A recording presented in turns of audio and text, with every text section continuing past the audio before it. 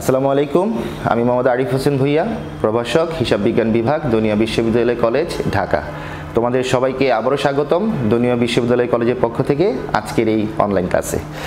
আজকে আমি তোমাদের ক্লাস নিব উচ্চ মাধ্যমিক প্রথম বর্ষের হিসাব বিজ্ঞান বিষয়ে। আর অধ্যায়টির নাম হচ্ছে ভুল সংশোধনী, যেটা চতুর্থ অধ্যায় পাবে, তবে চতুর্থ অধ্যায়ের দ্বিতীয় ভাগে পাবে তোমরা, ঠিক আছে? এই ভুল সংশোধনী চ্যাপ্টারটা খুবই গুরুত্বপূর্ণ। প্রত্যেক বছর এখান থেকে দুইটি করে এমসিকিউ থাকে। তোমরা যদি এই ভুল সংশোধনীগুলো ভালো করে বোঝো তাহলে ওই দুইটা এমসিকিউ কিন্তু দিতে পারবে। আদারওয়াইজ এই দুইটা এমসিকিউ কিন্তু মুখস্থ করা সম্ভব না, কারণ এই ভুলগুলো না বুঝলে প্রত্যেকটা ভুলই খুব কাছাকাছি, আমাদের এলোমেলো হয়ে যাবে। তবে আগে সবসময় বোর্ডে একটা অঙ্ক থাকতো, তবে ইদানিং বিগত কয়েক বছরে এখান থেকে অঙ্ক থাকে না। সেটা একটা যুক্তিসঙ্গত কারণ আছে। সেটা কি? কারণ এখন সব অ্যাকাউন্টিংগুলোই হচ্ছে কম্পিউটারাইজড, মানে বিভিন্ন সফটওয়্যারের মাধ্যমে বিভিন্ন প্রতিষ্ঠানে হিসাব নিকাশ করে থাকে বিধায় এই ধরনের ভুলগুলো হয় না। হ্যাঁ, আগে যখন অ্যাকাউন্টেন্টরা হাতে কলমে হিসাবগুলো সংরক্ষণ করতো তখন দেখা যেত এই ধরনের ভুলগুলো হতো। বিধায় এখন যেহেতু সফটওয়্যার মাধ্যমে ম্যাক্সিমাম হিসাব হয়, যার দরুন এই ধরনের ভুলগুলো হয় না বিধায় এই ভুলের গুরুত্বটা কমে গেছে। আর কমে যাওয়াতে এখন আমাদের বোর্ড পরীক্ষায় দেখা যায় এই ধরনের ভুল সংশোধনী অঙ্কগুলো সাধারণত দেয় না। তবে অবশ্যই এখান থেকে দুইটা এমসিকিউ পাবে তোমরা। এই এমসিকিউটা যদি ভালো করে তুমি করতে চাও তাহলে এই ভুলগুলো ভালো করে বুঝতে হবে, ঠিক আছে? আর যদি অঙ্ক এসেই যায়, তুমি যদি ভালো করে বোঝো তাহলে অঙ্কগুলো করার কোনো সমস্যা না। এটা মূলত একটা জাবেদা। হ্যাঁ, ভুলগুলো বুঝে তারপর আমাকে জাবেদাগুলো সংশোধন করতে হবে। বুঝতে পেরেছি? আচ্ছা, তাহলে আসো আমরা একটু ভুলগুলোকে দেখে নিই যে কী ধরনের ভুলগুলো হয়ে থাকে। ভুলগুলো সাধারণত দুইটা ভাগে আগে ভাগ করা হয়। একটা হচ্ছে যেই ভুলগুলো রেওয়া মিলে ধরা পড়ে না, আরেকটা হচ্ছে যেই ভুলগুলো রেওয়া মিলে ধরা পড়ে, ঠিক আছে? আচ্ছা, রেওয়া মিলে যেই ভুলগুলো ধরা পড়ে না, এই ভুলগুলোকে আবার দুই ভাগে ভাগ করা হয়। তার আগে একটা বলে নিই, তোমাদের যদি অঙ্ক থাকে, মানে জাবেদাগুলো থাকে, এটা ভুল সংশোধনী জাবেদা অ্যাকচুয়ালি থাকে, তাহলে এই যে রেওয়া মিলে যেই ভুলগুলো ধরা পড়ে না, এখান থেকেই অঙ্ক থাকবে যদি থাকে। আর রেওয়া মিলে যে সকল ভুল ধরা পড়ে ওখান থেকে অঙ্ক কোনো সময় থাকেনি বিগত সালে, ঠিক আছে? তাহলে আমরা সবচেয়ে আজকে এমফাসাইজ করবো, যা গুরুত্ব দিব সেটা হচ্ছে যে সকল ভুলগুলো রেওয়া মিলে ধরা পড়ে না, ওই ধরনের ভুল সংশোধনী জাবেদাগুলো আমরা আজকে ভালো করে দেখব। আচ্ছা, রেওয়া মিলে যে সকল ভুলগুলো ধরা পড়ে না, এগুলোকে আবার দুইটা ভাগে ভাগ করা হয়। একটা হচ্ছে করণিক ভুল, আর একটা হচ্ছে নীতিগত ভুল, ঠিক আছে? তো তোমরা যদি অঙ্ক এই চ্যাপ্টারে করো তাহলে দেখবে প্রায় কতে পাবে যে করণিক ভুল কোনগুলো, হ্যাঁ, আর নীতিগত ভুল কোনগুলো, ঠিক আছে? আচ্ছা, আমি আসতেছি এই ভুলগুলো কি সেটা আমি পরে ডিসকাস করব। তার আগে আবার এই করণিক ভুলগুলোকে আবার আমাকে চারটা সেকশনে ভাগ করা হয়। একটা সেকশন কি? বাদ পড়ার ভুল, যেটা আরেকটা অল্টারনেটিভ নেম হচ্ছে বিচ্যুতি ভুল, ঠিক আছে? আমরা ডিসকাস করব কোনগুলো বাদ পড়ার ভুল পরে। তারপর একটা ভাগ হচ্ছে কি? লেখার ভুল, আরেকটা ভাগ হচ্ছে বেদাখিলার ভুল, আর আরেকটা ভাগ হচ্ছে পরিপূরক ভুল। তাহলে করণিক ভুলগুলোকে আমাকে চারটা সেকশনে ভাগ করা হয়, কিন্তু নীতিগত ভুলগুলোকে কোনো সেকশনে ভাগ করা হয় না। তোমাদের মূলত মনে রাখতে হবে এই ভুলগুলোর উপরই তোমাদের এমসিকিউ থাকবে কনফার্ম দুইটা। এই এখানে যে কটা ভুলের নাম উল্লেখ আছে, প্রথমত করণিক ভুল এবং নীতিগত ভুল। আর করণিক ভুলগুলোকে চারটা সেকশনে ভাগ করা হয়, সেটা হচ্ছে বাদ পড়া, লেখা, বেদাখিলা এবং পরিপূরক ভুল। তোমাদের এমসিকিউ অবশ্যই এখান থেকে দুইটা এমসিকিউ পাবে, যে একটা লেনদেন দেওয়া থাকবে বা একটা জাবেদা দেওয়া থাকবে ভুলের, সেই জাবেদা থেকে বলবে এটা কোন ধরনের ভুল। হ্যাঁ, এটা কি করণিক ভুল, বা এটা কি নীতিগত ভুল, এটা কি বাদ পড়ার ভুল, লেখার ভুল, বেদাখিলার ভুল, না পরিপূরক ভুল, ঠিক আছে? তাহলে চলো আমরা আগে ভুলগুলো ডেফিনেশন একটু ভালো করে শিখি। প্রথমে হচ্ছে আমরা নিচ থেকে শিখি যে বাদ পড়ার ভুল। বাদ পড়ার ভুল কোনগুলো? মাঝে মধ্যে তোমরা দেখবে, তোমরা যখন সাধারণ জাবেদা করো তখন দেখবে যে কিছু কিছু ট্রানজ্যাকশন থাকতো যে পণ্য ক্রয় 5,000 টাকা হিসাবভুক্ত হয়নি, মানে হিসাবভুক্ত করতে বাদ পড়েছে। হ্যাঁ, তো যদি কোনো লেনদেন টোটালি হিসাবভুক্ত নাই হয়ে থাকে বা হিসাবভুক্তকরণ বাদ পড়ে যায়, সেটাকে বলা হয় বাদ পড়ার ভুল বা বিচ্যুতি ভুল, ঠিক আছে? আরেকটা হচ্ছে লেখার ভুল। লেখার ভুলটা কি? লেখার ভুলটা হচ্ছে অনেক সময় দেখবে যে বেতন প্রদান করা হলো 20,000 টাকা। একজন অ্যাকাউন্টেন্ট যখন বেতনটা হিসাবের খাতায় লিপিবদ্ধ করতে যায়, ভুল ক্রমে দেখবে একটা শূন্য হয়তো কম হয়ে গেছে। 20,000 জায়গায় সে যদিও বেতন প্রদান 20,000, সে ভুলে লিখে ফেলছে 2,000, একটা শূন্য কম। আবার অনেক সময় দেখা যায় বেতন 20,000 ঠিকই, সে 20,000 লিখতে যে একটা শূন্য বেশি দিয়ে ফেললো, তাহলে কিন্তু হয়ে গেল 2 লাখ। তাহলে এই যে টাকার অঙ্কে যে ভুলগুলো হয়ে থাকে তোলার সময়, সেই ভুলগুলোকে বলা হয় লেখার ভুল। তাহলে আমি কিন্তু ডেফিনেশনগুলো খুবই সহজ ভাষায় বলছি, বইয়ের ভাষায় না। এই ডেফিনেশনগুলো যদি বুঝতে পারো তাহলে কিন্তু এমসিকিউগুলো আনসার করতে পারবে। তাহলে বাদ পড়ার ভুল কোনটা? যেটা হচ্ছে সম্পূর্ণরূপে হিসাবভুক্তকরণ বাদ পড়ে যায়। এটা স্পষ্ট করে লেনদেন উল্লেখ থাকবে যে পণ্য ক্রয় বিক্রয় বা অন্য কোনো লেনদেন দিয়ে বলবে হিসাবভুক্তকরণ বাদ পড়েছে বা ভুলক্রমে হিসাবভুক্ত হয়নি। তাহলে যেটা টোটালি হিসাবভুক্ত হয়নি সেটা হচ্ছে বাদ পড়ার ভুল, বা যেটা একটা অল্টারনেটিভ নেম হচ্ছে বিচ্যুতি ভুল। আর লেখার ভুল কোনটা? লেখার ভুল হচ্ছে যদি টাকার অঙ্কে যোগ বিয়োগে টাকার অঙ্কে ভুল করা হয়, যেমন 2,000 জায়গায় 200, 20,000 জায়গায় 2,000, এই ধরনের যোগ বিয়োগে ভুল করে টাকার অঙ্কে বা লিখতে ভুল করে টাকার অঙ্কে, সেটা হচ্ছে লেখার ভুল। বেদাখিলার ভুল কোনটা? এটা হচ্ছে নামের ভুল। যেমন তোমার একজন দেনাদার রহিম, সে রহিমের কাছ থেকে তুমি টাকা পেয়েছো, তাহলে আমি জার্নাল দিব কি নগদান ডেবিট রহিম ক্রেডিট, রাইট? কিন্তু রহিমের জায়গায় ভুলক্রমে তুমি করিম রেখে ফেলছো। হয়তো একটু আগে ট্রানজ্যাকশন তুমি একটা লিপিবদ্ধ করেছো, সেটার নাম হচ্ছে করিম ছিল, ওই করিমটাই তোমার মাথায় ছিল, পরবর্তী ট্রানজ্যাকশন লিপিবদ্ধ করার সময় রহিমের জায়গায় তুমি করিম রেখে ফেলছো। তাহলে আমরা যদি কোনো নামের ভুল করি, রহিমের জায়গায় করিম, করিমের জায়গায় বেলাল, এই জাতীয় নামের ভুল করি, সেই নামের ভুলগুলো হচ্ছে বেদাখিলা ভুল বলা হয়। ঠিক আছে? আরেকটা হচ্ছে কি পরিপূরক ভুল। পরিপূরক ভুল কোটা? পরিপূরক ভুল হতে হলে 2টা ভুল হতে হবে। আমরা জানি রেয়ামিলের কয়টা সাইড থাকে? রেয়ামিলের 2টা সাইড থাকে, একটা ডেবিট সাইড আর একটা হচ্ছে ক্রেডিট সাইড। তুমি এমন একটা ভুল, 2টা ভুল করবে যেই ভুলের কারণে রেয়ামিলের যেই পরিমাণ ভুল টাকার ভুল হবে ঠিক সমপরিমাণ টাকার ভুল হবে ক্রেডিট সাইডও। যেমন আমি ধরি যে বেতন প্রদান ছিল, অ্যাকচুয়ালি বেতনের অ্যামাউন্ট ছিল মনে করি আমরা 2,000, হ্যাঁ? আর মনে করো উপভাড়া ছিল মনে করো এটাও ছিল 2,000। এখন তুমি বেতন যখন ডেবিট পাশে লিখতে গেলে তুমি ভুলক্রমে বেতন একটা শূন্য কম লিখে ফেলছো, তাহলে বেতন হয়ে গেল কত? 200, 2,000 জায়গায় 200। তাহলে আমি কত ভুল করলাম? আমি কিন্তু 1800, আমি 200 লিখেছি, আমি কিন্তু 1800 টাকা ভুল করলাম। কোন সাইডে? ডেবিট সাইডে। ঠিক আছে?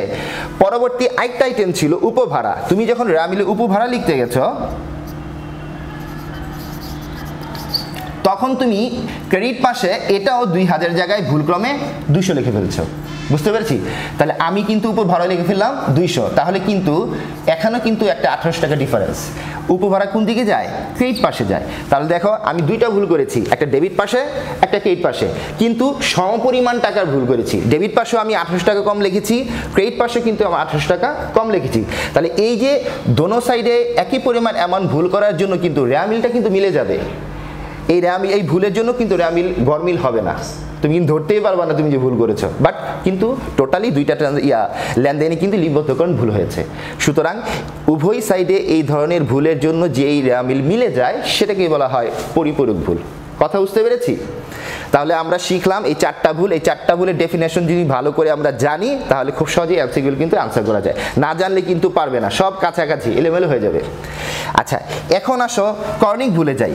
আমরা এই যে 4টা ভুল শিখলাম, এই 4টা ভুলকে একসাথে বলা হয় কর্নিং ভুল। তাহলে তোমাকে যদি প্রশ্নে কতে চায় কর্নিং ভুল কোনগুলো, তাহলে প্রশ্ন পড়ে যদি আমি ওখানে কোনো বাদ পড়ার ভুল পাই, আমি যদি ওখানে কোনো লেখার ভুল পাই, আমি যদি প্রশ্নে কোনো বেদাখিলার ভুল পাই, আমি যদি প্রশ্নে কোনো পরিপূরক ভুল পাই, এই সকল ভুলগুলোর যোগফলই হবে কর্নিং ভুল। ঠিক আছে? আর এরপর হচ্ছে কি নীতিগত ভুল। নীতিগত ভুল কোনটা? আমরা সম্পদ যদি লিপিবদ্ধ করার সময় কোনো ভুলক্রমে ব্যয়ের নাম তুলে ফেলি, বা কোনো সম্পদ লিপিবদ্ধ করার সময় যদি কোনো আয়ের নাম তুলে ফেলি, বা আয় তুলতে যেয়ে যদি ব্যয়ের নাম তুলে ফেলি, বা ব্যয় তুলতে যেয়ে যদি আয়ের নাম তুলে ফেলি, এই যে আমার হিসাবের শ্রেণীগুলো ভুল করে ফেললাম, এই হিসাবের শ্রেণী যদি ভুল করে ফেলি তাহলে সেটাকে বলা হয় নীতিগত ভুল। কথা বুঝতে পেরেছি?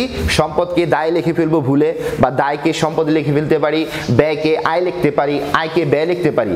হিসাবের শ্রেণীতে যদি আমরা ভুল করি সেই ভুলটি হচ্ছে নীতিগত ভুল। ঠিক আছে? তাহলে লেখার ভুল হচ্ছে কোনটা? লেখার ভুল হচ্ছে টাকার অঙ্কে। এটা আমি শর্টকাট একটা নোট দিয়ে দিলাম, টাকার অঙ্ক। এই টাকার অঙ্ক যদি আমরা ভুল করি লিখতে, সেটা লেখার ভুল হয়ে যাবে। বেদাখিলার ভুল কোনটা? এটা হচ্ছে নামের লিখতে গিয়ে যদি আমি ভুল করি সেটা নামের ভুল। আর পরিপূরক ভুল, এখানে 2টা ভুল থাকতে হবে। তাহলে দুইটা ভুল একই সমপরিমাণ টাকার ভুল থাকতে হবে, তাহলে পরিপূরক ভুল হবে। আর বাদ পড়া ভুল সেটা তো খুব সোজা, যদি হিসাবভুক্তকরণ টোটালি বাদ পড়ে যায় সেটাকে বাদ পড়া ভুল বলা হয়। কথা বুঝতে পেরেছি? এই হচ্ছে আমার ভুলের ডেফিনেশন। এই ভুলগুলো থেকেই তোমাকে অঙ্ক করতে হবে, যদি অঙ্ক চায় অঙ্ক করতে হবে বা অঙ্ক প্র্যাকটিস করতে করো তোমরা বই থেকে, এই ভুলগুলোর মধ্যেই পাবে। আর র্যামিলে ধরা পড়ে না যেগুলো, এই ধরনের ভুলগুলো সাধারণত পরীক্ষায় দেয় না, বা এই ধরনের ভুলগুলো সাধারণত এমসিকিউ থাকে না। সাধারণত থাকে এমসিকিউতে কনিক ভুল কোনটি, বা নীতিগত ভুল কোনগুলো, বা এই বাদ পড়ার ভুল কোনগুলো, টাকার লেখার ভুল কোনগুলো, বেদাখিলার ভুল কোনগুলো, পরিপূরক ভুল কোনগুলো। ঠিক আছে, এখন এই যে ভুলগুলো হয় এটা কোন পর্যায়ে হয়, কখন হয়, আমরা এটি এখন দেখব। এই ভুলগুলো সাধারণত 3টা পর্যায়ে হয়ে থাকে। এই যে এই ভুলগুলো সাধারণত 3টা পর্যায়ে হয়ে থাকে। ঠিক আছে, একটা পর্যায়ে কি, একটা রেয়ামিল তৈরির পূর্বে আমি এই ভুলটা করতে পারি। আমি রেয়ামিল যখন করব না তার আগেই আমার এই ধরনের ভুল হতে পারে। আমার রেয়ামিল তৈরির পরে হতে পারে এই একই ধরনের ভুল, বা এটা আর্থিক বিবরণী প্রস্তুতের পূর্বে হতে পারে, একই কথা, অথবা আর্থিক বিবরণী প্রস্তুতের পরও কিন্তু এই ভুল হতে পারে। ঠিক আছে, তাহলে এই ভুলগুলো পর্যায় কোনগুলো, কোন পর্যায়ে যে আমরা এই ভুলগুলো করি সাধারণত হিসাবরক্ষকরা করে, একটা হচ্ছে রেয়ামিল তৈরির পূর্বে, একটা রেয়ামিল তৈরির পর, বা আর্থিক বিবরণী প্রস্তুতের পূর্বে অথবা আর্থিক বিবরণী প্রস্তুতের পর, সর্বশেষ যেটা। এই 3টা ধাপে বা 3টা পর্যায়ে আমাদের এই ভুলগুলো হয়ে থাকে। ঠিক আছে, আমরা এতটুকু যদি বুঝি, এখন এখানে আবার 2টা ভাগে ভাগ করা যায়। এই যে 3টা পর্যায়ে ভুল হয়, এই ভুলের মধ্যে আবার 2টা পক্ষ আছে। এই ভুলগুলো আবার কোনো সময় একতরফা হয়, কোনো সময় দুতরফা হয়। এখন প্রশ্ন হতে পারে, স্যার একতরফা ভুল কোনগুলো এবং দুতরফা ভুল কোনগুলো? এগুলো তোমাদের পরীক্ষা প্রশ্নে থাকে, বইতে প্র্যাকটিস করার সময় পাবে, বা এমসিকিউতেও পাবে, যে একটা লেনদেন দেওয়া থাকবে, বলবে এটা এটা কি একতরফা ভুল না দুতরফা ভুল। ঠিক আছে, একতরফা ভুল কোনগুলো? টাকার অঙ্কে যোগ বিয়োগে যেই ভুলগুলো হয় সাধারণত, এই যে এটা লেখার ভুল, এই ভুলটাকে সাধারণত একতরফা ভুল ধরা হয়।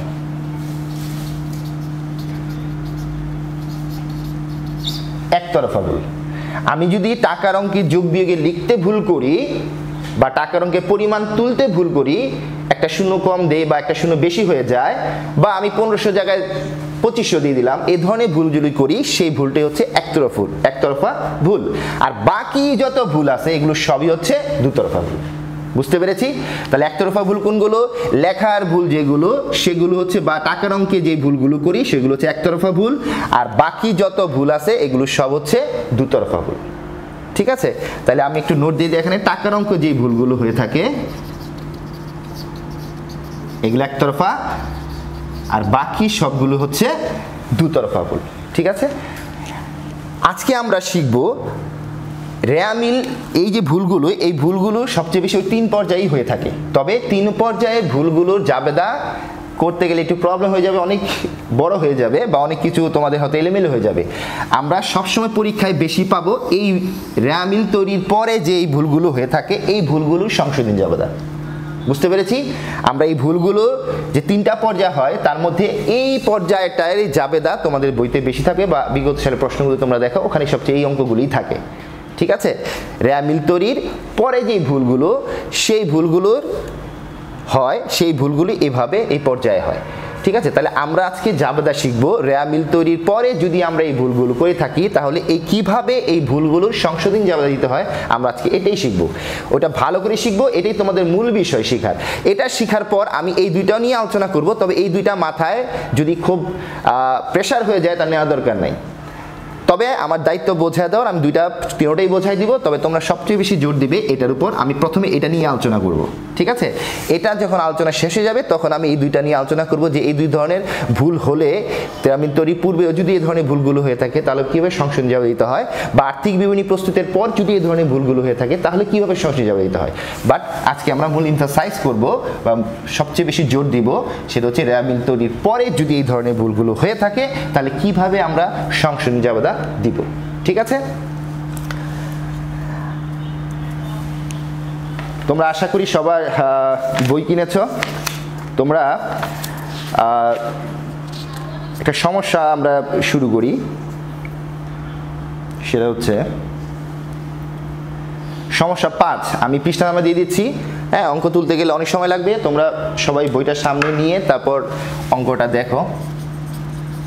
পৃষ্ঠা নাম্বার হচ্ছে 695, 695 আর সমস্যা নাম্বার হচ্ছে 5। এই অঙ্কটা আমরা আজকে সলভ করব এই আলোচনার ভিত্তিতে, ঠিক আছে?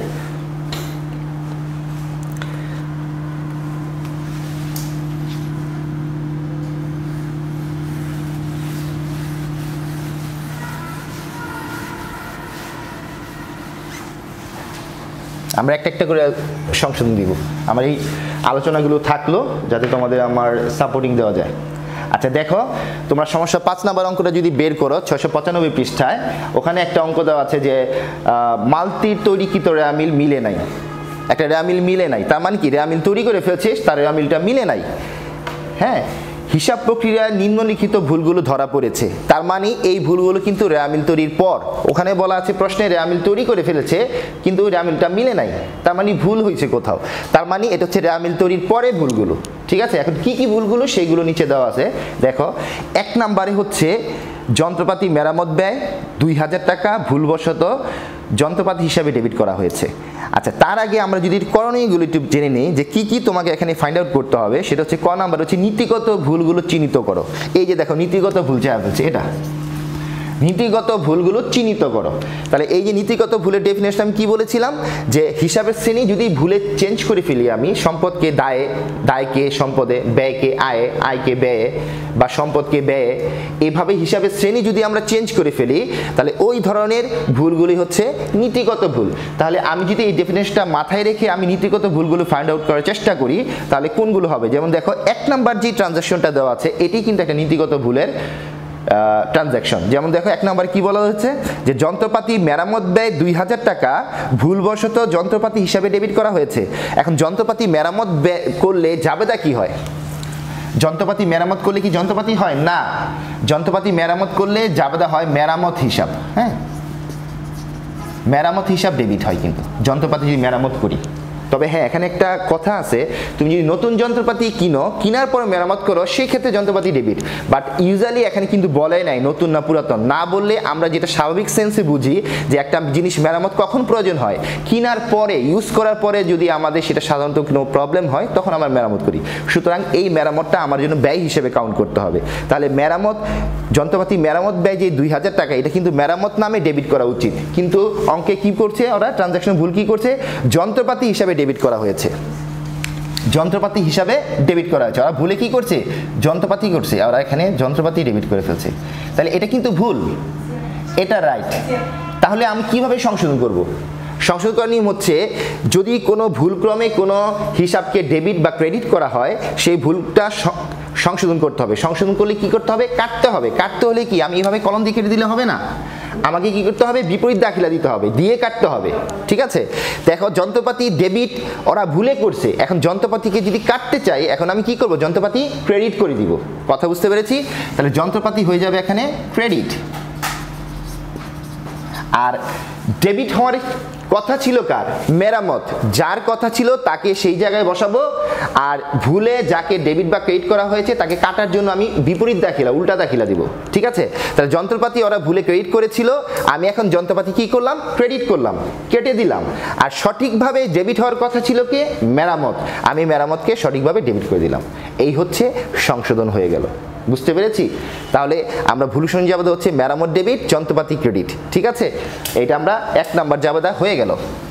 এটা হচ্ছে আমার 1 নাম্বার জাবেদা। প্লাস কতে যে চেয়েছিল যে নীতিগত ভুলের গুলো চিহ্নিত করো, এটা কিন্তু একটা নীতিগত ভুল। দেখো যন্ত্রপাতি কি সম্পদ না, আর মেরামত কি ব্যয় না? তাহলে দেখো অরিজিনাল ডেবিট হওয়ার কথা ব্যয়, বাট ওরা ভুলে যন্ত্রপাতি হিসেবে লিখেছে, তার মানে কি সম্পদ নামে লিখেছে। তাহলে আমি ব্যয়কে কোথায় ট্রান্সফার করেছি, সম্পদে, ভুলে। তাহলে আমি আগেই বলেছি যে হিসাবের শ্রেণী যদি চেঞ্জ হয়ে যায় ভুলে, তাহলে সেটা নীতিগত ভুলে অন্তর্ভুক্ত হয়। সুতরাং আমার এটা একটা নীতিগত ভুল, এবং নীতিগত ভুল হোক আর যেই ভুল হোক, আমার সংশোধন জাবেদা হচ্ছে এটা। সংশোধন জাবেদা কিভাবে করব, যাকে ভুলক্রমে ডেবিট বা ক্রেডিট করা হয়েছে তাকে আগে উল্টা জাবেদা দিয়ে কাটবো। যদি ডেবিট করা হয় তাকে ক্রেডিট করব কাটার জন্য, আর যদি ভুলে ক্রেডিট করা হয় তাকে কাটার জন্য কি করব, ডেবিট করব। করার পর সঠিক স্থানে যে বসার কথা ছিল তাকে সেখানেই বসায় দিব। এখন ডেবিট জায়গায় বসার কথা ছিল কি, মেরামত, এই জন্য আমি মেরামতকে ডেবিট করেছি, ঠিক আছে। আর যন্ত্রপাতি হিসাব কাটার জন্য ক্রেডিট করেছি। এই হচ্ছে আমার সংশোধনী জাবেদা, এটা নীতিগত ভুলের অন্তর্ভুক্ত, ঠিক আছে। আচ্ছা, এরপরে দেখো আমি খ নাম্বার রিকোয়ারমেন্ট একটু পড়ে নেই, যে দুই পক্ষের ভুল। দুই পক্ষের ভুল মানে কি, ওই যে আমি আলোচনা করেছিলাম দুতরফা ভুল যেগুলো, ওটা হচ্ছে দুই পক্ষের ভুল। আরেকটা নিচে বলছে দুই পক্ষের ভুলগুলো সংশোধনী জাবেদা দাখিলা দাও। আর ঘ নাম্বারে বলেছে এক পক্ষের ভুলগুলি সংশোধনী জাবেদা দাও, যেটা আমি আলোচনা করেছিলাম একতরফা ভুল। তাহলে এখানে দেখো এখানে কি কি চাওয়া হয়েছে, এখানে চাওয়া হয়েছে নীতিগত ভুল কোনগুলো কতে, আর খতে চাওয়া হয়েছে দুতরফা ভুলগুলোর জাবেদা দাখিলা দাও, এবং গতে চাওয়া হয়েছে একতরফা ভুলগুলোর জাবেদা দাখিলা দাও। তাহলে কিন্তু আমাকে সবগুলি ফাউন্ড আউট করতে হবে। আমরা জাবেদাও শিখবো, পাশাপাশি কোনটা কোন ভুল সেটাও শিখবো। তাহলে আমি এক নাম্বার জাবেদা শিখলাম এটা, এবং এক নাম্বার জাবেদা যে নীতিগত ভুলের অন্তর্ভুক্ত সেটাও শিখলাম আমরা, ঠিক আছে। এরপর আসো দুই নাম্বার। দুই নাম্বার কি বলা হয়েছে, যে প্রাপ্য বিলের যোগফল কম দেখানো হয়েছে 500 টাকা। দুই নাম্বার, প্রাপ্য বিলের যোগফল কম দেখানো হয়েছে। তাহলে যোগফল যেহেতু কম দেখানো হয়েছে, এটা কোন ভুল, এটা কি একতরফা ভুলের মধ্যে পড়ে না দুতরফা ভুলের মধ্যে পড়ে? আমি আগে আলোচনা করেছি যে টাকার অঙ্কে যদি ভুল করে তাহলে সেটা কিন্তু একতরফা ভুলের মধ্যে পড়বে, বুঝতে পেরেছি। তাহলে এই যে প্রাপ্য বিলের যোগফল কম দেখানো হয়েছে এটা কিন্তু একতরফা ভুল, সুতরাং এটা কিন্তু ঘ নাম্বার রিকোয়ারমেন্টে যে জাবেদা দিতে হবে। কারণ গ নাম্বারে বলেছে যেই ভুলগুলো একতরফা ভুল সেটা গ নাম্বারে জাবেদা দাও, আর খ নাম্বারে বলা হয়েছে যেই ভুলগুলো দুতরফা ভুল সেটা খ নাম্বারে যে জাবেদা দাও। তাহলে যেহেতু প্রাপ্য হিসেবে যোগফল এটা একতরফা ভুল, সুতরাং এটা আমি গ নাম্বারে যে জাবেদা দিব। জাবেদাটা কি হবে আমরা সেটা আলোচনা করবো এখন। প্রাপ্য বিলের যোগফল কম দেখানো হয়েছে। এখন প্রাপ্য বিল ডেবিট না ক্রেডিট সেটা তোমাকে মাথায় রাখতে হবে। প্রাপ্য বিল সবসময় ডেবিট, সম্পদ, তো সম্পদ কম লেখা হয়েছে, তাহলে যেহেতু কম লিখছে কত টাকা, 500 টাকা। তাহলে আমি যদি আবার সম্পদকে 500 টাকা ডেবিট করে দিই তাহলে কিন্তু সমান হয়ে যাচ্ছে, তাই না? তাহলে প্রাপ্য হিসাব ডেবিট হয়ে যাবে, প্রাপ্য হিসাব ডেবিট করলাম আমরা, ঠিক আছে। প্রাপ্য হিসাব ডেবিট, কারণ 500 টাকা কম লিখেছে এই জন্য 500 টাকা আমি আরো ডেবিট করে দিলাম, তাহলে সমান হয়ে গেল 500 টাকা ডেবিট। আর এখানে ক্রেডিট করতে হবে অনিশ্চিত, অনিশ্চিত হিসাব ক্রেডিট, কারণ ভুলগুলো হচ্ছে রেয়ামিল তৈরির পরের ভুল। তোমরা যখন রেয়ামিল করেছো, তোমরা রেয়ামিল যদি কোনো কারণে না মিলতো, কোনো কারণ বলতে সঠিকভাবে রেয়ামিল করার পর যদি না মিলতো, তাহলে আমরা রেয়ামিল কিভাবে মিলাতাম, অনিশ্চিত হিসাব দিয়ে মিলাতাম, রাইট। তাহলে যেহেতু প্রাপ্য হিসাবে 500 টাকা তুমি ভুলে কম লিখছিলা, তাহলে নিশ্চয়ই রেয়ামিলটা গরমিল ছিল 500 টাকার, আর সেই রেয়ামিলটা মিলানোর জন্য তুমি নিশ্চয়ই 500 টাকা অনিশ্চিত হিসাব দিয়েছো। এই জন্য আমাকে কি করতে হবে, অনিশ্চিত হিসাব ক্রেডিট করতে হবে 500 টাকা। কথা বুঝতে পেরেছি? তাহলে প্রাপ্য হিসাব ডেবিট 500, অনিশ্চিত ক্রেডিট 500। প্রাপ্য হিসাব কেন ডেবিট করলাম, কারণ প্রাপ্য হিসাব 500 টাকা কম লেখা হয়েছে। যদি এখানে বলতো প্রাপ্য হিসাব 500 টাকা বেশি লেখা হয়েছে, তাহলে 500 টাকা বেশিটার কি করতো, কাটতে হতো। আমরা আগে আলোচনা করছি কাটতে হলে কি করতে হবে, বিপরীত দাখিলা দিতে হবে, মানে উল্টায় দিতে হবে। তখন 500 টাকা কিন্তু প্রাপ্য হিসাব আমরা ক্রেডিট করতাম যদি বেশি হতো। যেহেতু কম হয়েছে এই জন্য 500 টাকা প্রাপ্য হিসাব আবার ডেবিট করলাম আমরা, ঠিক আছে। এই হচ্ছে 2 নাম্বার জাবেদা। তাহলে 2 নাম্বার জাবেদা হচ্ছে একটা একতরফা ভুলের অন্তর্ভুক্ত। আর প্রশ্নে বলা আছে যে একতরফা ভুলগুলো তুমি গ নাম্বারে যে জাবেদা দাও, এটা আমরা গ নাম্বারে যে জাবেদা দিব। কথা বুঝতে পেরেছি? আচ্ছা, এরপর আসো 3 নাম্বার। 3 নাম্বারে কি বলেছে, যে অফিসের জন্য 20,000 টাকার একটি কম্পিউটার ক্রয় অফিস খরচ হিসাবে লেখা হয়েছে। অনেকটা এরকম, অফিসের জন্য কি করে ক্রয় করেছো, কম্পিউটার ক্রয় করেছো। তার কম্পিউটার ক্রয় করলে জাবেদা হচ্ছে অফিস সরঞ্জাম ডেবিট, এটা একটা সম্পদ, তাই তো। তাহলে আমি সম্পদ হিসাব ডেবিট করব, অফিস সরঞ্জাম হিসাব ডেবিট করব। বাট এখানে ভুল ওরা কি করেছে, অফিস খরচ হিসাবে লেখা হয়েছে। তাহলে অফিস খরচ তো সে ভুল, অফিস খরচ তো ব্যয়। তাহলে আমি জাবেদার যদি এখানে দেখি 3 নাম্বার, ওরা কি করেছে, ভুলে অফিস খরচ হিসাবে লিখেছে। অফিস খরচ এটা কিন্তু একটা ব্যয়, অ্যাকচুয়ালি হওয়ার কথা কি অফিস সরঞ্জাম।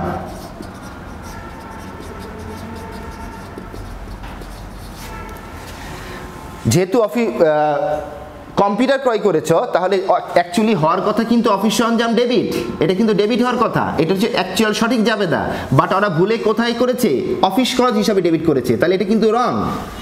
এখন রংটাকে আমি এক টান দিয়ে কেটে দিলে হবে না, আমরা কি বলেছি, কাটতে হলে উল্টাই দিতে হবে। অফিস খরচ সে ভুলে ডেবিট করেছিল, এখন অফিস খরচকে কাটার জন্য আমরা এখন ক্রেডিট করে দিব, ঠিক আছে, অফিস খরচ ক্রেডিট।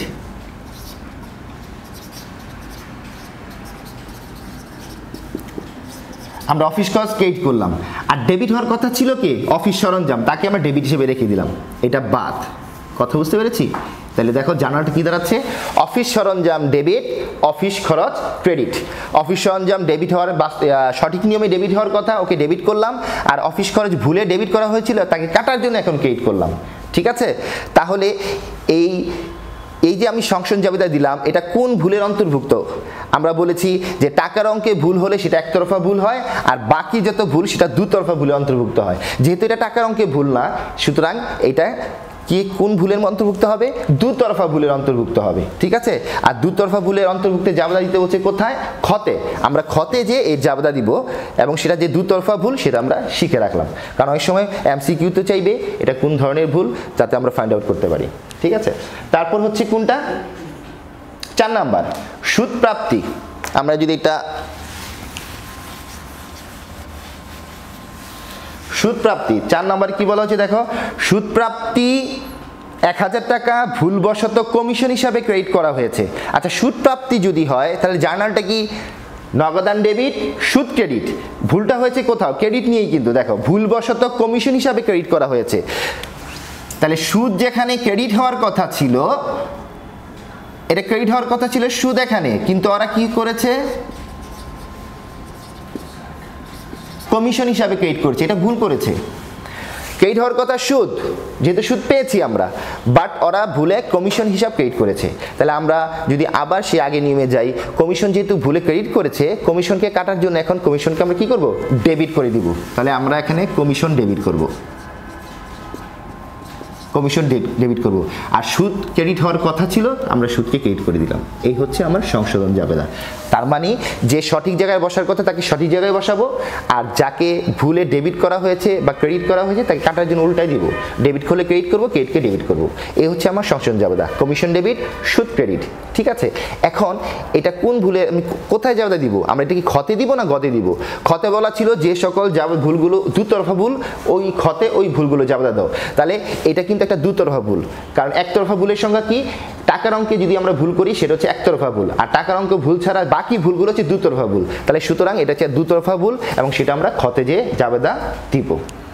তারপর হচ্ছে 5 নাম্বার, কম্পিউটার বিক্রয় 10,000 টাকা বিক্রয় হিসাবে লেখা হয়েছে।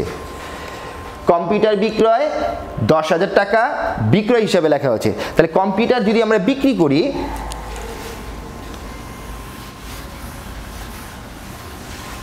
এটা হচ্ছে কত নাম্বার, এটা হচ্ছে 5 নাম্বার, এটা ছিল 4 নাম্বার, এটা হচ্ছে 5 নাম্বার। কম্পিউটার বিক্রি করেছি, আমি যদি কম্পিউটার বিক্রি করি তাহলে জার্নাল হচ্ছে নগদান ডেবিট, কম্পিউটার ক্রেডিট, বিক্রয় ক্রেডিট না কিন্তু, কারণ কম্পিউটার হচ্ছে সম্পদ, সম্পদ বিক্রি করলে সম্পদের নাম দিতে হবে, বিক্রয়ের নাম দেওয়া যাবে না, বিক্রয় হচ্ছে মুনাফা জাতীয় আয়, বুঝতে পেরেছি। তাহলে আমি কিন্তু কম্পিউটার ক্রেডিট করব, কম্পিউটার বা অফিস সরঞ্জাম ক্রেডিট করব, ঠিক আছে। ওরা ভুল করে কি করেছে, বিক্রয় হিসাবে লেখা হয়েছে, মানে বিক্রয় হিসাবে ক্রেডিট করেছে, বুঝতে পেরেছি। তাহলে ভুলটা দেখো, ওরা কি, আমার কিন্তু অফিস সরঞ্জাম ক্রেডিট হওয়ার কথা, অফিস সরঞ্জাম, যেহেতু আমি কম্পিউটার বিক্রি করেছি, ওরা ভুলে কোথায় ক্রেডিট করছে, ওরা ভুলে ক্রেডিট করছে হচ্ছে বিক্রয়, যেটা ভুল। সঠিক কোনটা, এটা। অফিস সরঞ্জাম বিক্রি করলে অফিস সরঞ্জাম ক্রেডিট হওয়ার কথা, কিন্তু ওরা ভুলে বিক্রয় হিসাবে ক্রেডিট করেছে। তো সেই আগের মতোই যাই আমরা, বিক্রয় যেহেতু ভুলে ক্রেডিট করা হয়েছে, বিক্রয়কে কাটার জন্য এখন বিক্রয় আমি ডেবিট দিকে দিয়ে দিব, বিক্রয় ডেবিট,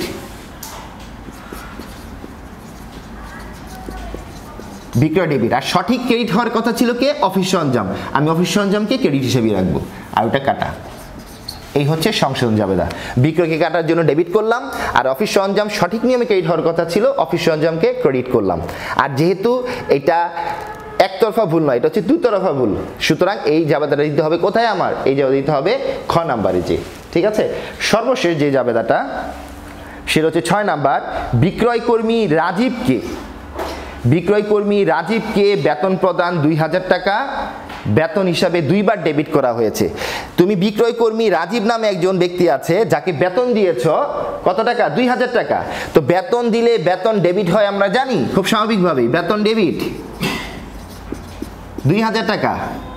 তাহলে বেতন দিয়েছি আমি একবার 2000 টাকা, কিন্তু তুমি ভুলে বেতন তুলেছো কয়বার? 2 বার। যেখানে বেতন ডেবিট হওয়ার কথা ছিল 2000, সেখানে বেতন করেছো তুমি কত? 4000। কথা বুঝতে পেরেছি? তাহলে এটা কি টাকার অঙ্কের ভুল না? টাকার অঙ্কের ভুল। তাহলে টাকার অঙ্কের ভুলগুলোকে কি ভুল বলা হয়? একতরফা ভুল বলা হয়। আর একতরফা ভুলে জাবেদা দিতে বলা হয়েছে কোথায়? গ নাম্বারে যে আমরা, সুতরাং এটা গ নাম্বার দিয়ে জাবেদা দিব। বুঝতে পেরেছি? তাহলে দেখো, যেহেতু বেতন 2000 হওয়ার কথা, আমরা বেতনকে 2000 করে দিব। আর বেতন যে তুমি ভুলে 2 বার বা 4000 লিখেছ, এই ফলে কিন্তু রেয়ামিল মিলে নাই। রেয়ামিলে কিন্তু অনিশ্চিত হয়েছিল কত? 2000। এই জন্য আমি অনিশ্চিত হিসাব ক্রেডিট করব 2000। অনিশ্চিত ক্রেডিট করবো 2000 আর বেতন ডেবিট করবো 2000। এই হচ্ছে সংশোধন জাবেদা। ঠিক আছে? তাহলে এখানে আমরা শিখলাম কোন জাবেদা, বাদ পড়ার ভুল কাকে বলে, লেখার ভুল কাকে বলে, বেদাখিলা ভুল কাকে বলে, পরিপূরক ভুল কাকে বলে, একতরফা ভুল কোনগুলো, দুতরফা ভুলগুলো, এবং কোন পর্যায়ে যে এই ভুলগুলো হতে পারে। ঠিক আছে? আর এখানে ক নাম্বারে একটা জিনিস ছিল, ক নাম্বারে কিন্তু বলা ছিল নীতিগত ভুলগুলো চিহ্নিত করে তার পরিমাণ নির্ণয় করো। আমরা এখানে 2টা নীতিগত ভুল পেয়েছি। একটা ছিল 1 নাম্বারে যন্ত্রপাতি মেরামত ব্যয় 2000 টাকা ভুলবশত যন্ত্রপাতি হিসেবে ডেবিট করা হয়েছে।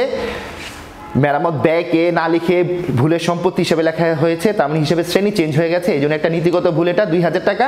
আরেকটা নীতিগত ভুল পেয়েছিলাম আমরা 5 নাম্বার আইটেমটা দেখো, কম্পিউটার বিক্রয় 10,000 টাকা ভুলক্রমে বিক্রয় হিসাবে লেখা হয়েছে। তাহলে কম্পিউটার বিক্রি করলে কম্পিউটার ক্রেডিট হওয়ার কথা, সম্পদ ক্রেডিট হওয়ার কথা, বিক্রয় হিসাবে ক্রেডিট হয়েছে মানে কি আয় হিসাবে ক্রেডিট করা হয়েছে। হিসাবের শ্রেণী কিন্তু চেঞ্জ হয়ে গেছে, সম্পদের জায়গায় আয় লেখা হয়েছে, তাহলে হিসাবের শ্রেণী চেঞ্জ হওয়াতে এটাও কিন্তু একটা নীতিগত ভুলের অন্তর্ভুক্ত। তাহলে নীতিগত ভুল এখানে 2টা, একটা 2000 আর একটা হচ্ছে 10,000। ঠিক আছে? আর আছে কিনা দেখতে হবে। আরেকটা আছে 3 নাম্বারে দেখো, যে অফিসের জন্য 20,000 টাকার একটি কম্পিউটার ক্রয় করেছি, মানে কি সম্পদ কিনেছি, ভুলক্রমে অফিস খরচ হিসাবে লেখা হয়েছে, মানে কি অফিস খরচটা কি? এটা ব্যয়। সম্পদ কিনে সম্পদের নামে লিখতে হবে, আমি ভুলে ব্যয়ের নামে লিখে ফেলেছি, এটাও কিন্তু একটা নীতিগত ভুল। তাহলে আমরা নীতিগত ভুল এখানে 3টা পেলাম, এবং একতরফা ভুলও পেলাম কতগুলো, দুতরফা ভুলও পেলাম কতগুলো, এবং সেটিগুলো সঠিক জানাল কি সেগুলো আমরা শিখলাম। আমি প্রথমেই ক্লাসের শুরুতেই বলেছিলাম যে আমরা জোর দিব রেয়ামিল তৈরির পরে যেই ভুলগুলো, কারণ রেয়ামিল তৈরির পরের ভুলগুলোই আমরা এই যোগ বিয়োগের ভুলের ক্ষেত্রে অনিশ্চিত হিসাব ডেবিট ক্রেডিট করে দিই। ঠিক আছে? আর তখন বলেছিলাম যে এটি আমরা জোর দিব, এটি পরীক্ষায় সাধারণত থাকে, এমসিকিউ এখান থেকেই থাকে, বা অঙ্ক থাকলে এখান থেকেই থাকে, আর বাকি 2টা থেকে থাকে না। তবে বলেছিলাম আমরা ছোটোখাটো একটা ডিসকাস করে দিব। ঠিক আছে? আমরা যদি রেয়ামিল তৈরির পূর্বে এই ভুলগুলো পাইতাম তাহলে কি ধরনের জাবেদা হতো? মনে রাখবে, রেয়ামিল তৈরির পরে যদি ভুলগুলো হতো এগুলো, তাহলে একতরফা যে ভুলগুলো ছিল, একতরফা ভুলের জন্য কোনো জাবেদা দিতে হয় না। একতরফা ভুল মানে কি? টাকার অঙ্কে ভুল। এই টাকার অঙ্ক ভুলগুলো যদি হয়ে থাকে তাহলে যেই জায়গায় ভুল হয়েছে শুধু ওইটাই সংশোধন করতে হয়। যদি ডেবিটে ভুল হয় শুধু ডেবিট সংশোধন করলেই হয়ে গেল, যদি ক্রেডিট ভুল হয় শুধু ক্রেডিট সংশোধন করলেই হয়ে গেল। ওখানে ডেবিট ক্রেডিট জাবেদা দুই সাইড করতে হয় না। ঠিক আছে? আর ভুলগুলো যদি আমার দুতরফা ভুল হয়, সেই ক্ষেত্রে দুতরফা ভুলগুলো জাবেদা আমরা এখানে যা শিখেছি সেম এখানেও তা। কথা বুঝতে পেরেছি? আমরা রেয়ামিল তৈরির পরে যে দুতরফা ভুলগুলো জাবেদা শিখেছি, রেয়ামিল তৈরির পূর্বেও যদি কোন দুতরফা ভুল হয়ে থাকে সেম জাবেদাই হবে। ঠিক আছে? তবে পার্থক্য হচ্ছে একতরফা ভুলের ক্ষেত্রে যেমন রেয়ামিল তৈরির পরে হলে জাবেদা হয়, বাট রেয়ামিল তৈরির পূর্বে যদি কোনো একতরফা ভুল হয়ে থাকে তাহলে এর জন্য কোনো জাবেদা হয় না। ডেবিটে ভুল হলে শুধু ডেবিট সংশোধন করতে হয়, সেক্ষেত্রে ক্রেডিট করার দরকার নেই, বাট শুধু ক্রেডিট ভুল হলে শুধু ক্রেডিট সংশোধন করতে হয়, সেই ক্ষেত্রে ডেবিট হওয়ার দরকার নেই। আর আরেকটা হচ্ছে পর্যায় হচ্ছে আর্থিক বিবরণী প্রস্তুতের পরে ভুল। আর্থিক বিবরণী প্রস্তুতের পরে যদি কোনো ভুল হয়, সেই ক্ষেত্রে যে সেটা যদি একতরফা ভুল হয়, সেই ক্ষেত্রে তোমরা রেয়ামিল তৈরির পরে যেইভাবে আমরা একতরফা ভুলের ক্ষেত্রে অনিশ্চিত হিসাব ডেবিট ক্রেডিট করেছি, ঠিক আর্থিক বিবরণী প্রস্তুতের পরেও যদি আমার কোনো টাকার অঙ্কে একতরফা ভুল হয়ে থাকে, রেয়ামিল প্রস্তুতির পরে যদি কোনো একতরফা ভুল হয়, সেই ক্ষেত্রে আমরা অনিশ্চিত হিসাব ডেবিট ক্রেডিট করেই ভুল সংশোধনী জাবেদা করব। তবে আর্থিক বিবরণী প্রস্তুতের পর যদি কোনো দুতরফা ভুল হয়ে থাকে, সেইখানে একটু সংশোধন আছে, শুধু একটু সংশোধন। সেই সংশোধনটা কি? আমরা দুতরফা ভুলের আগে যে জাবেদা শিখেছি ওখানে তাই হবে, শুধুমাত্র চেঞ্জ হবে কোথায়? যদি কোনো আয় ব্যয় থাকে, যেমন এই যে জাবেদা দেখো 4 নাম্বার জাবেদাটা, এই 4 নাম্বার জাবেদায় কিন্তু আমরা কমিশন ডেবিট সুদ ক্রেডিট করেছি। তো কমিশনটা কিন্তু এখানে একটা আয় হিসাবে কাউন্ট ছিল, ওরা ভুলে আয় হিসাবে ক্রিয়েট করেছিল। তো আয় আর ব্যয় যেটাই হোক, যদি সেটা আর্থিক বিবরণী প্রস্তুতের পরে ভুল হয়ে থাকে তাহলে এখানে আয় ব্যয়ের নাম লেখা যায় না, এখানে লিখতে হয় আয় বিবরণী সমন্বয় হিসাব। এই কথাটি চেঞ্জ হবে, ঠিক আছে?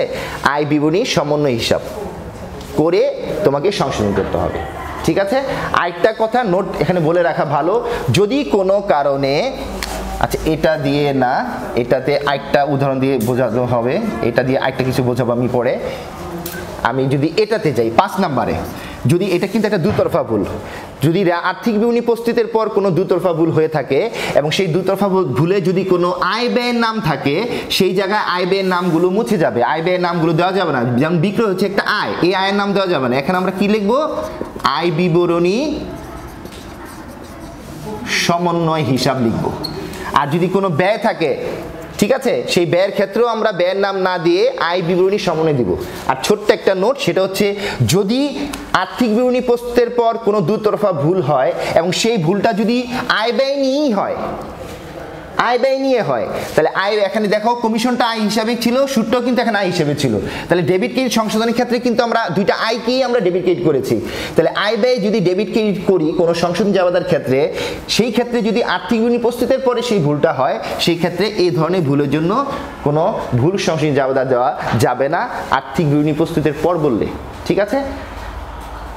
তোমরা 2 নাম্বারটাই জোর দিবে, আমি আগেও বলেছি। আর বাকি যেগুলো বোঝালাম এগুলো যদি তোমরা বুঝতে পারো ওয়েল, বইতে আরও বিস্তারিত আলোচনা আছে, তোমরা এই ক্লাসটা যদি বারে বারে দেখো তাহলে আশা করি তোমাদের যে ভুল সংশোধন জাবেদার মধ্যে একটা ভয় থাকে স্টুডেন্টদের, সেই ভয়টা দূর হয়ে যাবে আশা করি, ঠিক আছে? আজকে এই পর্যন্তই, ইনশাআল্লাহ আগামী ক্লাসে নতুন কোনো চ্যাপ্টার নিয়ে আমরা হাজির হব। ওই পর্যন্ত সবাই সুস্থ থাকো, ভালো থাকো, ধন্যবাদ সবাইকে।